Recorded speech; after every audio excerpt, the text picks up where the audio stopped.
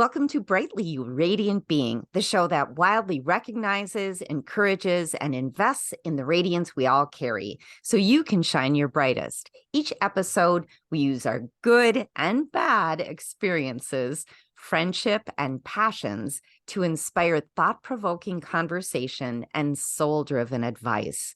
This season, we'll travel from the fool's journey to the hero's adventure to better help you create a life worth living and step more brightly into yourself inch by inch. Happy Lunar New Year, Amy. Yes, I love it. Oh, we're in the future. Well, we're in the past. They're in the future. We're in the past. That's right. We're in the past. So I still have a little bit to do for the Lunar New Year.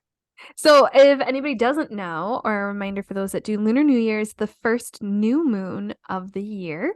Lunar New Year is most commonly celebrated in Asian cultures, also known as Chinese New Year, pretty colloquially. They have it, though, Vietnam and everybody else is celebrating it as far as I know. But this is a new moon in Aquarius, and everybody is talking about what a big deal it is for the next 6 months. Yeah, it is a big deal. So the new moon was the 21st and in the afternoon.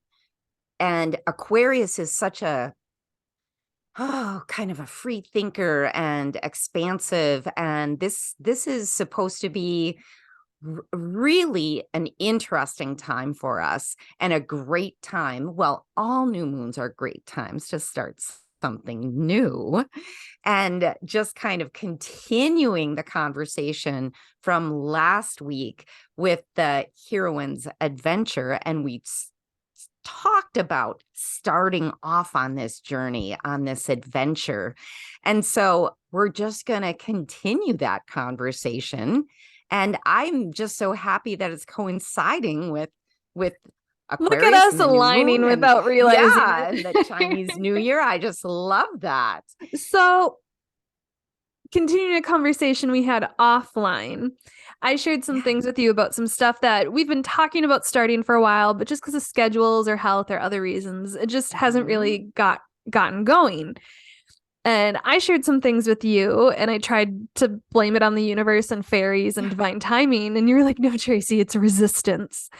And I disagree.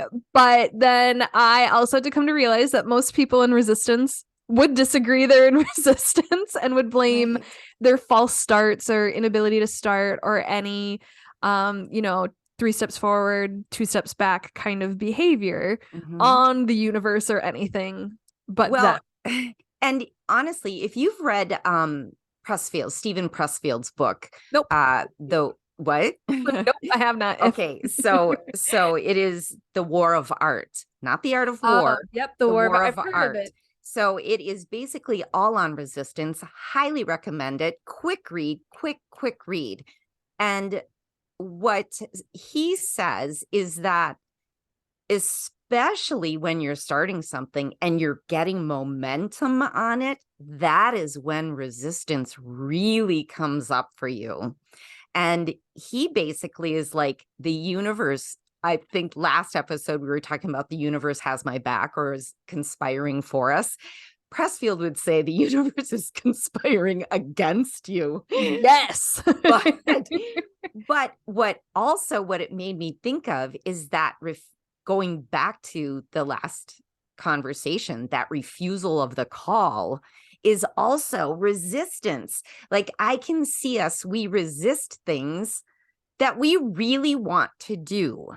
And I'm not sure what it is. So I can see myself getting really excited, wanting to sit down, work on my book. I'm like, I'm going to sit down and work on my book.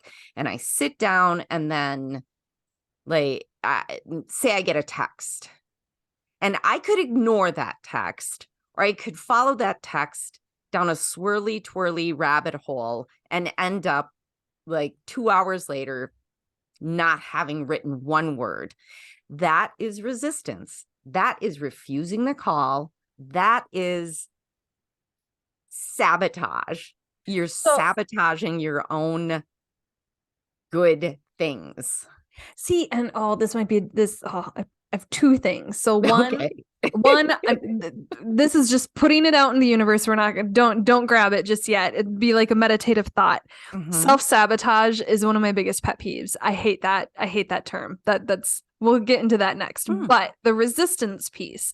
So when you said that, I think why it stuck with me is because when you hear somebody say, or you have to acknowledge like, oh, I'm being resistant to someone, it seems like a verb. It seems like an action item. It seems like something I am doing. And that didn't feel right. Whereas like when you were just describing like whether or not you start something new or you get in your own way, or, you know, you have all these ideas you want to do and you're still for whatever reason not doing it. I'm starting to view resistance now, as we've been talking about in this past week, more as I go to do something and I feel resistance. And so I walk away. I don't push through. Right. Yes. Instead of me. So in a sense, I am resisting the resistance. Right. But like, I'm not taking that action when I do something. Cause a lot of the stuff you and I want to do for the podcast and for Brightly as a whole, it's a whole lot of new, right? And which one do you pick first? And so much to learn, so much to do. And we have all this other stuff where we already are, you know, flowing down the river. You know, we're already in a boat, right? Like, I don't want to poke any more holes in the boat. All our fingers are plugging up what we can already. And then we each have our own personal things, our own professional things. But yeah, what is it about like on the hero's journey or the heroine's journey, you know, what makes them take the call? What forces them to stumble into the call, or why do they resist it? Right? Like what in my life gets me to drive through that resistance? Because I've mentioned it before. I get through life on tenacity. And why sometimes do I say, no, not right now? Yeah. Joseph Campbell would say, well, there are different ways to actually answer the call, that some heroes are pushed into it. They're pushed past that threshold, forced past it. Like I'm holding somebody, I've kidnapped someone and you have to rescue them, right? That sort of thing. Or that they do fight through that and they do get to that threshold and get past that threshold. But in our own lives, I would sort of back up a pace and consider one of the things we talked about last time is mentors. So if you are struggling, resistant, wondering why, I mean, you have an accountability partner. That is a mentor. So the next step, though, is, are you listening to the mentor and acting on the suggestions that the mentor gave you? Oh, he's going to love this.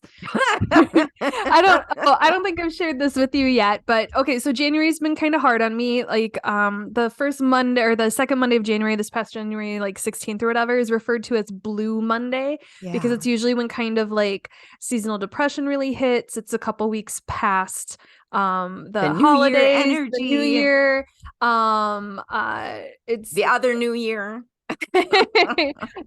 You've probably have dropped a lot of the resolutions and habits you said you were going to do, right? Like there's so many reasons we're socializing less because we're all a little burned out from the holidays and there's just kind of less going on in January. And yet like sometimes schedules still haven't picked up again. So even if we're back at work, like me personally, I get affected when my media schedule is changed, right? Like I'm already pretty isolated in the winter, not going out doing much. So if my favorite TV show hasn't come back in January, if my creators on YouTube and we're part of the problem, like a lot of my podcasts, a lot of things that were a part of my daily routine have still not returned yet. And so then that's kind of lonely. And, you know, like you want to get back into your routine, but it's not all back in some degrees, in some ways. But so, oh God, I forgot where I was going with that completely. I'm an excellent podcast host, Amy. I'll tell you that. Oh, mentors. But so I decided to start therapy again this January. And I get to do it virtually. And you and I have talked about it. This therapist probably isn't the best for me because she just tells me I'm doing a great job and just need to wait out these feelings or this part of my life. And I'm like, I don't agree. But this last time I saw her, everything she ended with were things you and Mark have both told me. about me. And I can't believe I'm paying a third party because my mentors, my peers, my friends, they're all there pushing it in my face gently. But sometimes you need that other person who's actually not that connected to you. I was say, still don't fully believe her, but now I got 3 people telling me. That is hilarious.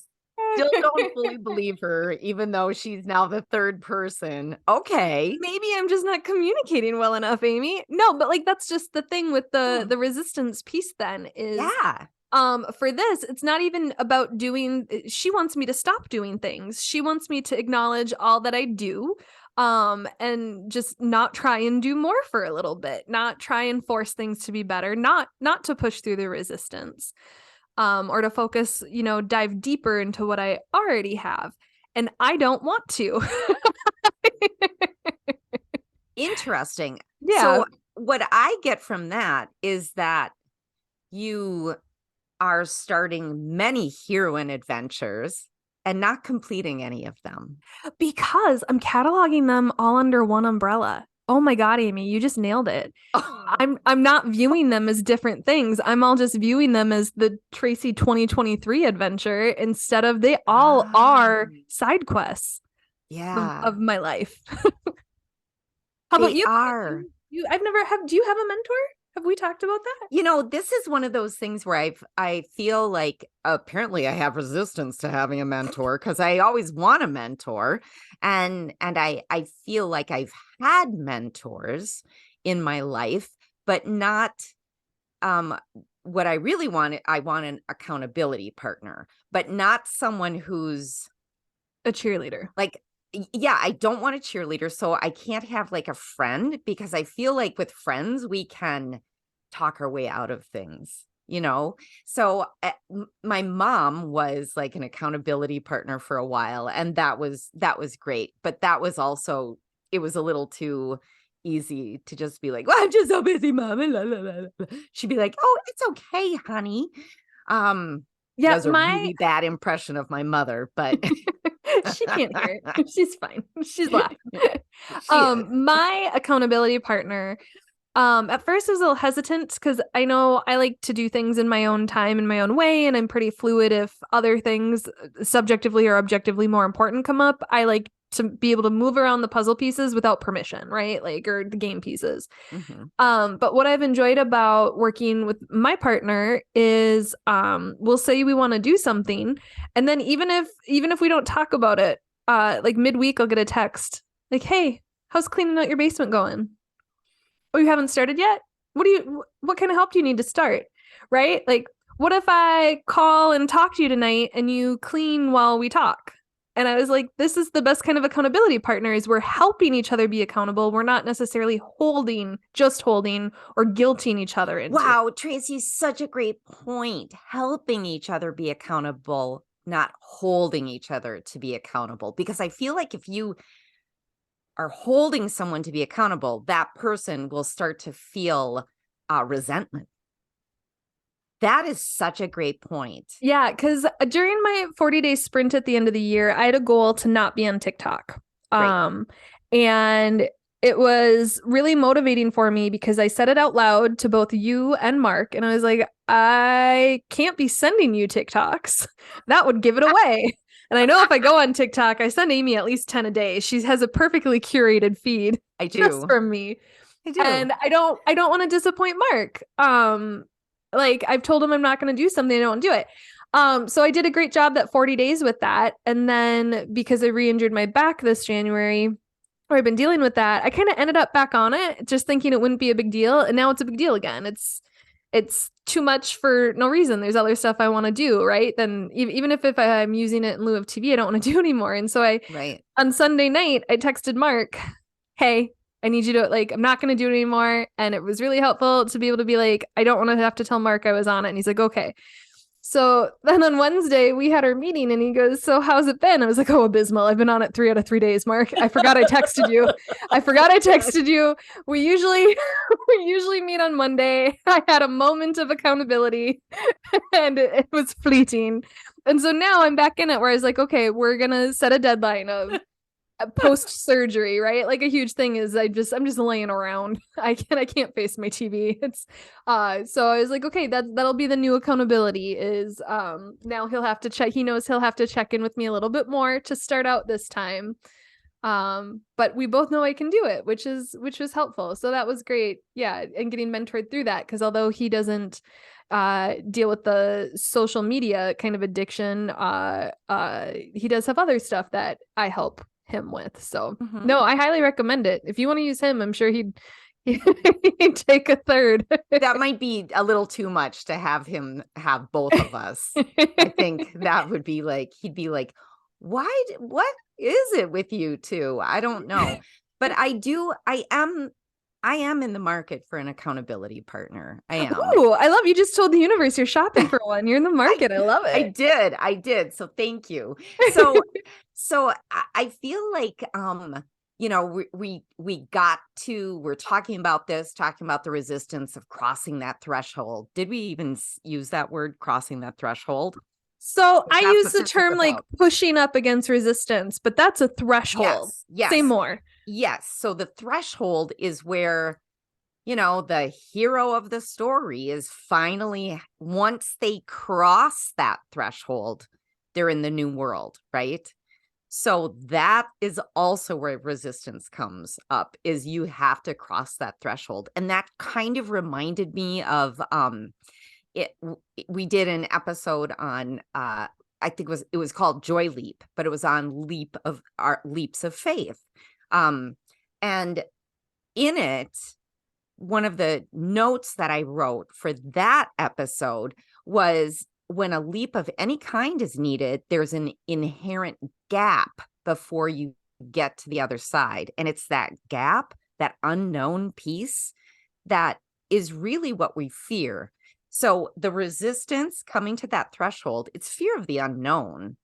But also, it's so interesting because in a book or in a movie, like, we love that piece. Like when Harry Potter finally gets to get, like, Harry Potter goes through the station and is now on the train, right? He has a literal brick wall in front of him. He's got to pass that. And he also had human resistance, threshold guardians, his aunt and uncle, who were not going to allow him to go, right? But then, so I guess my point is like, we love to watch it. We love when we hear other people doing it, but it's hard for us to do it ourselves. So you brought up Harry Potter. I pictured Spider-Man and just how many origin stories Hollywood has pushed at us, that in my lifetime, I have seen how Peter Parker has become Spider-Man like 4 times. Yeah. And they're probably going to do it again, right? Like, and how many times have we seen Batman lose his parents as a child, right? Yes. Like, because people love origin stories and we love to kick things off. But kind of like how I was saying, like, I wasn't viewing all of my little things that I want to do in life as individual adventures or journeys. How many people don't picture a new step as like a beginning, a new origin? It's just change.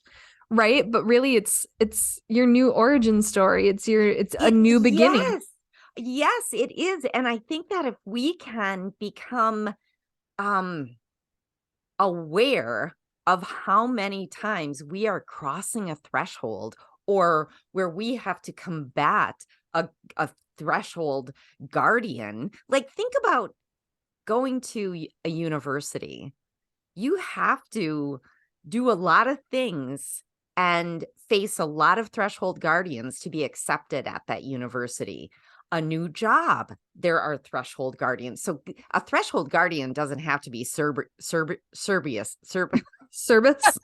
I can say that. The three-headed dog, right? So a threshold guardian can just be rules, regulations. You have to complete these things before you can enter, right? And sometimes I think we're our own threshold guardians as well. So I think that we can talk ourselves out of something pretty quickly. And just think, I mean, How many people like to use another pet peeve phrase of mine? The universe is testing you. No, it ain't. Universe put everything out in the universe. It's available. You're testing you. You are resisting Okay. it. Sometimes these threshold guardians we put up ourselves, right? Sometimes we Right, don't we do. choose That's the what I was easy. saying. Yeah. Yes, we do Yeah. do that. But I would also say that those tests that are happening, whether it's the universe or yourself who's doing it, I feel like it's trying to fortify you. And actually, we're going to talk more about the tests and stuff like that in the next episode. But um, that's so interesting about that you don't like that the universe is testing you. And actually, I want to go Universe back to has the your back. sabotage. I mean, I'm a Sagittarius rising, so naturally I view the universe as, helpful and lucky, but I view it more as your guides, universe, whatever. I mean, they're not tricksters, but you do have to specify what it is you want. Yes. But you don't always specify how it's going to be given to you. Right. Yeah. That's exactly right. But tell me more about, I'm sorry, and I do want to go back to that self-sabotage. Why don't you like that? Self-sabotage? Yeah. I don't think it's a thing. I think there's a difference between resistance and not being ready and protecting yourself and sabotaging. I think a lot of things people call self-sabotage is not paying attention to a good resistance in them, telling them it's a bad idea and it's not in alignment. I think a lot of people Interesting. say, oh, I self-sabotage this relationship. No, I think a part of you just saw all the red flags and put up a wall because you weren't paying attention. I don't like anything. I mean, sabotage to me is such an active act in the world. And so, unless you're declaring, yeah, I sabotage myself and you're proud of it, I don't think you're doing it. You have to be a conscious player to sabotage someone, in my opinion. I guess I I would use feel a like different there word can if you accidentally sabotage somebody at work. That's not sabotage. That was an accident, right? Like that's a different phrase to find. right, that is different. But I do think that we have different levels of awareness, and that one level can be sabotaging the other level. But that's not what we're talking about today. Told you it's a But different episode. It is so interesting. And I really. But so you were talking about a leap of faith. Yeah. And I think it's important to bring up those periods of your life when either you don't make it and you're in the gap, or instead of leaping, you fall or roll into the gap and you have to crawl your way. Well, that can happen too. And actually, you know what? Joseph Campbell talks about that as well, where it can be an accident that you fall in, or it can be like that point where like Jonah, who was in the whale? Jonah? Sure. That sounds like a song. Ishmael? Call me Ishmael? No, in the Bible. Oh, yeah, that sounds Jonah Anyways. sounds biblical. Let's go with Jonah. Oh my gosh. It was Brian in the whale. Brad. Anyway. Brad and the whale. Chad. The whale comes up. The whale comes up and Okay. takes him down. Oh. Okay. And then he has to survive in that. So that's like a forced in the gap type of thing. But then eventually you do get to the other side. But I have two things that I just want to, sorry. Oh, I feel like I'm just flying all over the place here. Here's one quote from Jennifer J. Freeman. Who's she? I don't know. Oh. I just wanted to make sure. I was the way watching. You said her name, I was like, "Ooh, who's she?" Yeah, I was watching YouTube, and this woman was showing something, and next to her was this quote, and I loved the quote, so I quick looked it up, and then I found out that's who the quote is from. So okay, I don't know who she is. You are far too smart to be the only thing standing in your way. She doesn't know me. Maybe I'm not that smart. that wasn't resistance, was that, Amy? I don't even know her. Who's she to tell me who? No, so that's I'm gonna say it again. Or you are far too smart to be the only thing standing in your way. Yep. Okay. Amy, I want you to say it again, and I want everybody who's listening to say it out loud. Say it to yourself. You are far too smart to be the only thing standing in your way. If anybody who is listening, or please say that in the mirror 3 times and see what happens. I feel like when I saw it on YouTube, I was like, wait, I had to pause it, write that down and quick look it up. And I was just like, what the hell? Like, that is fabulous. And so I think that speaks to being your own threshold guardian and being in your own way. Like, so often, I feel like so many of our shows, we talk about stuff like this, but apparently it needs to be talked about. Well, I mean, we exist in 2 worlds, right? The community at large, no matter how big or small your community is, could, just be your neighbors, could be your literal people in your home, right? Huge neighborhood of people, the state, country, whatever, global citizenship, and then our internal world. Yes. Right. And so there's only 2 things in your way, then either yourself or all of the world. And you can tackle the youth stuff just fine. It's simple but not easy. So I will say that with this kind of work, that it's really easy to say. It's really easy to be like, God, you're your own resistance. Why haven't you launched a business while working full time and going to grad school, Tracy? Jesus. Like, and then it's another to be like, oh, okay, I'm going to be kind to myself as I navigate these 100 different adventures I set out on that I'm all fractured in doing. Yeah. I think too. Oh, what were you going to say?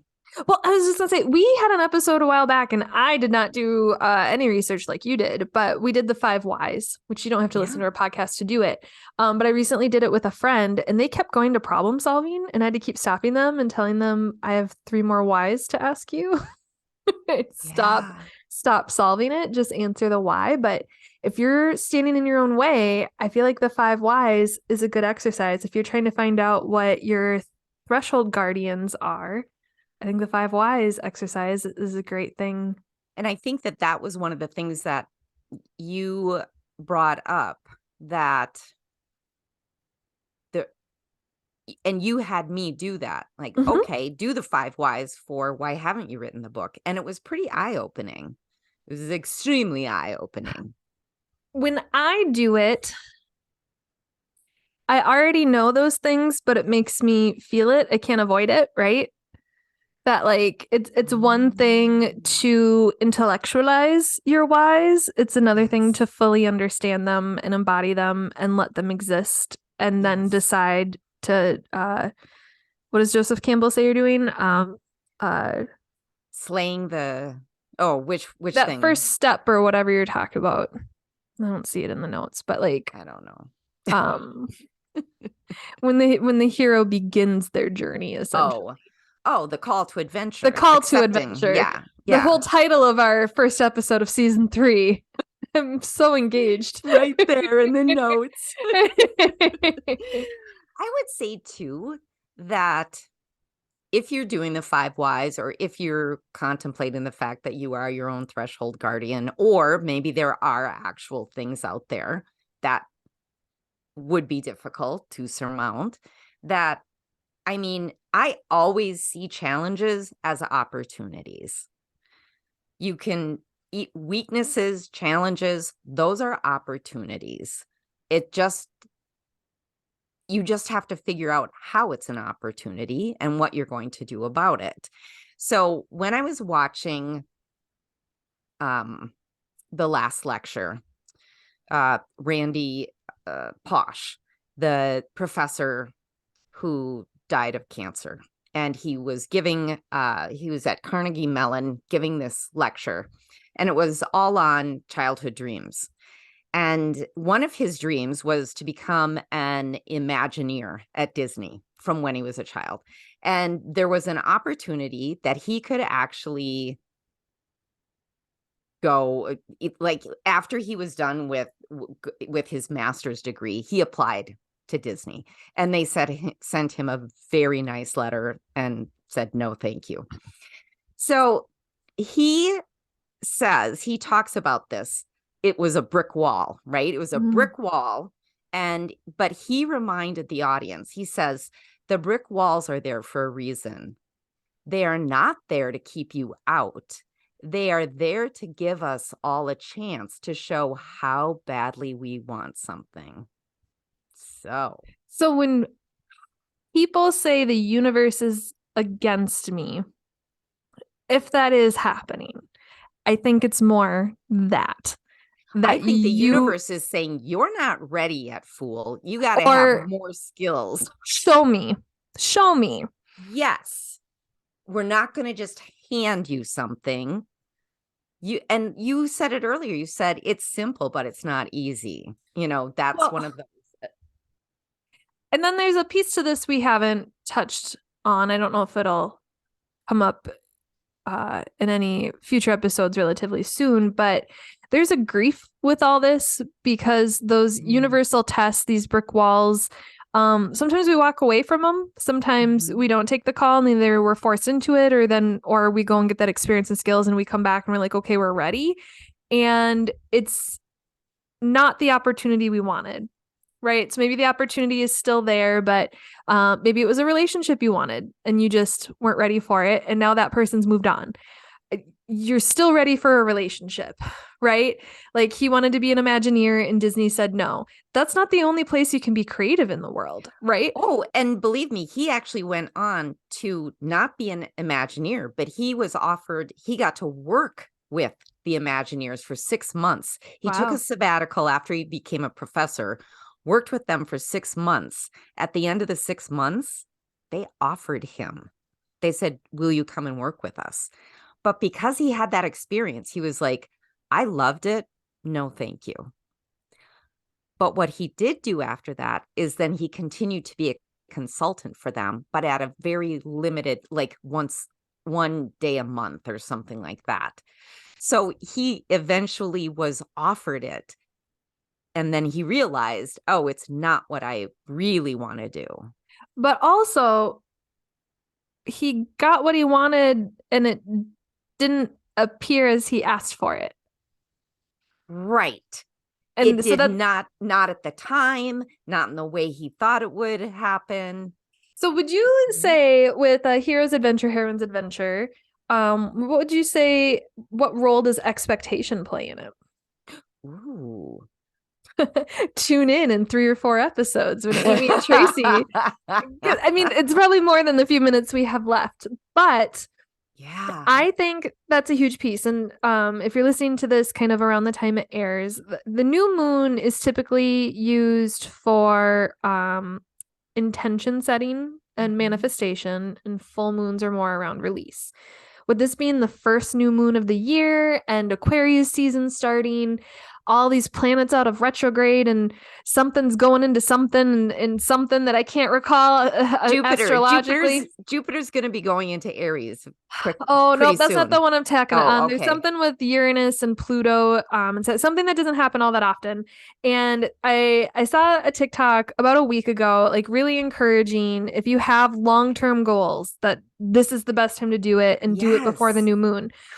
I remembered it, but kind of didn't focus on it or whatever. And then I saw it again this morning and the guy was like, all right, like today's the day. Not that you can't do like long-term goal setting until 2048, but like whatever you want to do, like this energy will really help you through it. Like this is the last time for this energy and like this extra little boost. And I was like, yeah, nothing like waiting 6 years, Tracy, to plan out the next 25. Typical ADHD Sagittarius fashion. That, the first few times he brought it up at the end of last year and the beginning of this year, I was like, oh yeah, I should do that. But you know when I'm gonna do it?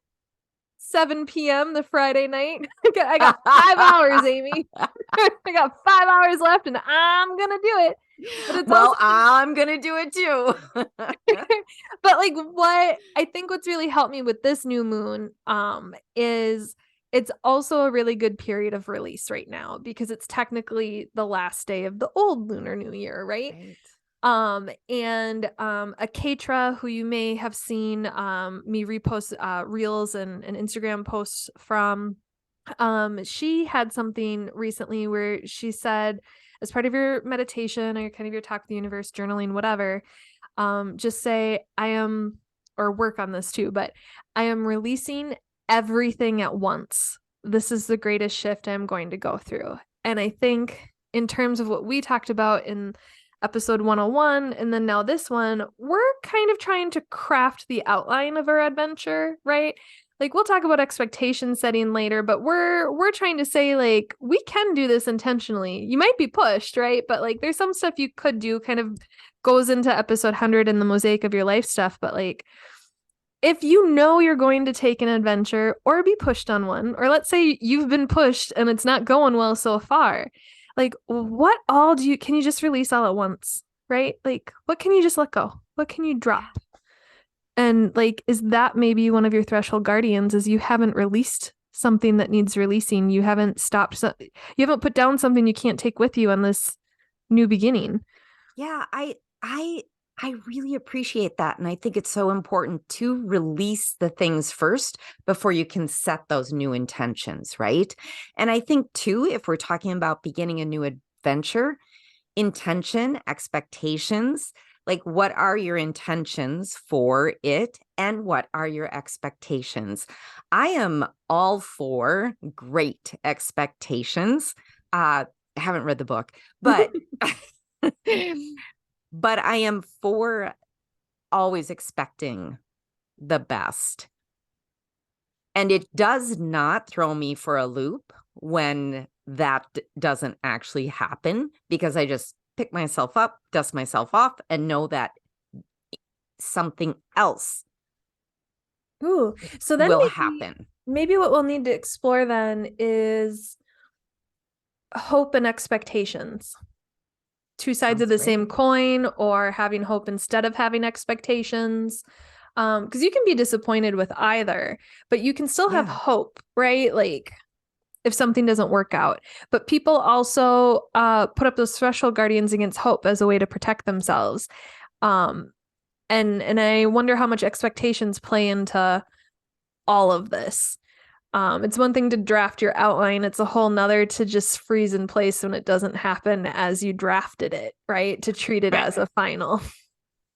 Well, right. And even if I've drafted the outline or written the first draft of that book, it's a whole nother thing to finalize it and then send it out on its own little adventure. Okay, we have lots more to talk about, but thank you so much for listening to our rambling today and being here with us during our conversation. We'd love if you could share it with more people, and I'd love it if you could do that. You can also do that by subscribing to the podcast and rating it if you have a minute. Those reviews help place the show in front of more people. You know how the internet works. You're listening to a podcast. You can also reach out to us on social media. So on Instagram and YouTube, we're under The Brightly Podcast, and by email at brightlypodcast@gmail.com. And with that, we hope you have a bright and beautiful day, new adventure.